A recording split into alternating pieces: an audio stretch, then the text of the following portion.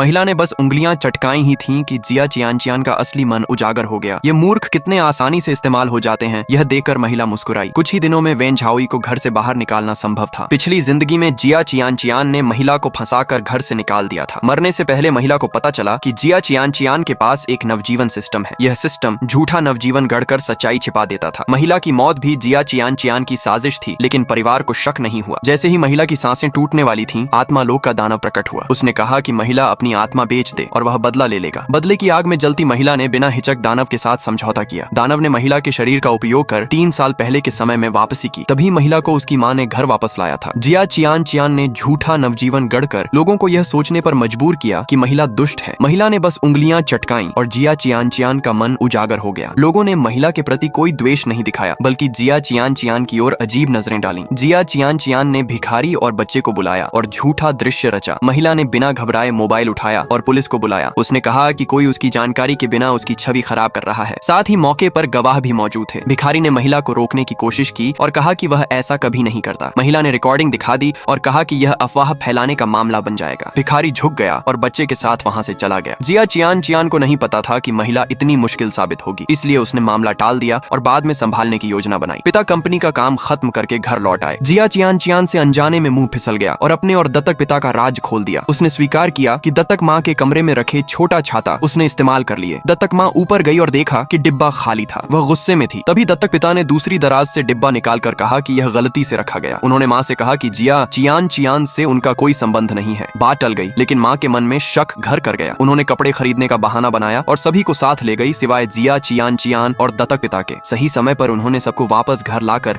दोनों के रिश्ते की सच्चाई पकड़ने की योजना बनाई। माँ ने सोचा कि उनके पति और बेटी उन्हें धोखा दे रहे हैं। काम के तनाव ने उन्हें सतर्क और शक करने वाला बना दिया। उन्होंने झाओई से माफी मांगी और कार में भूली हुई चीज लेने गईं। याओ ने सब समझदारी से संभाला और कहा कि माँ को अंदाजा नहीं होगा कि वे ग्राहक के पास गए थे। माँ ने देखा कि वे दोनों कुछ छुपा कर रहे थे। उन्होंने चौंक कर पूछा, आप लोग क्या कर रहे थे? पर याओ ने कहा कि सब गलतफहमी है। माँ ने पूछा कि क्यों उन्होंने उसे धोखा दिया। याओ ने कहा कि यह सच नहीं है। माँ ने बच्ची को चुप रहने और सब समझदारी से बताने के लिए कहा। उसी समय महिला जाग गई और देखा कि सब कुछ नियंत्रण में है। महिला ने ऑनलाइन सीखी फर्स्ट एड तकनीक का इस्तेमाल कर धन्यवाद कहा। अब वह होश में थी और सबको सवाल करने के लिए तैयार थी। उसने पूछा कि अभी वे दोनों चिपके क्या कर रहे थे। नेक्स्ट पार्ट के लिए कमेंट और सब्सक्राइब करें।